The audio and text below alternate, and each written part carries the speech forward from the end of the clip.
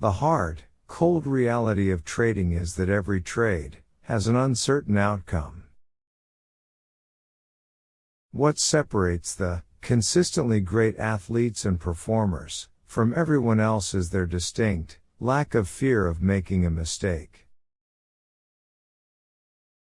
Rarely will the typical trader stay with his system beyond 2 or 3 losses in a row, and taking 2 or 3 losses in a row is a very common occurrence for most trading systems. When I put on a trade, all I expect is that something will happen.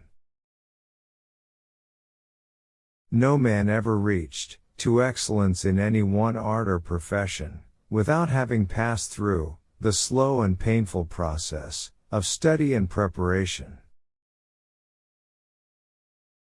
Putting on a winning trade, or even a series of winning trades, requires absolutely no skill. On the other hand, creating consistent results and being able to keep what we've created does require skill.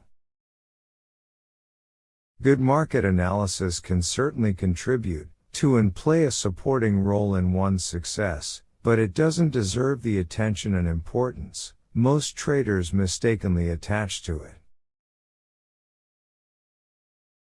The typical trader doesn't predefine his risk, cut his losses, or systematically take profits because the typical trader doesn't believe it's necessary. The only reason why he would believe it isn't necessary is that he believes he already knows what's going to happen next, based on what he perceives as happening in any given now moment.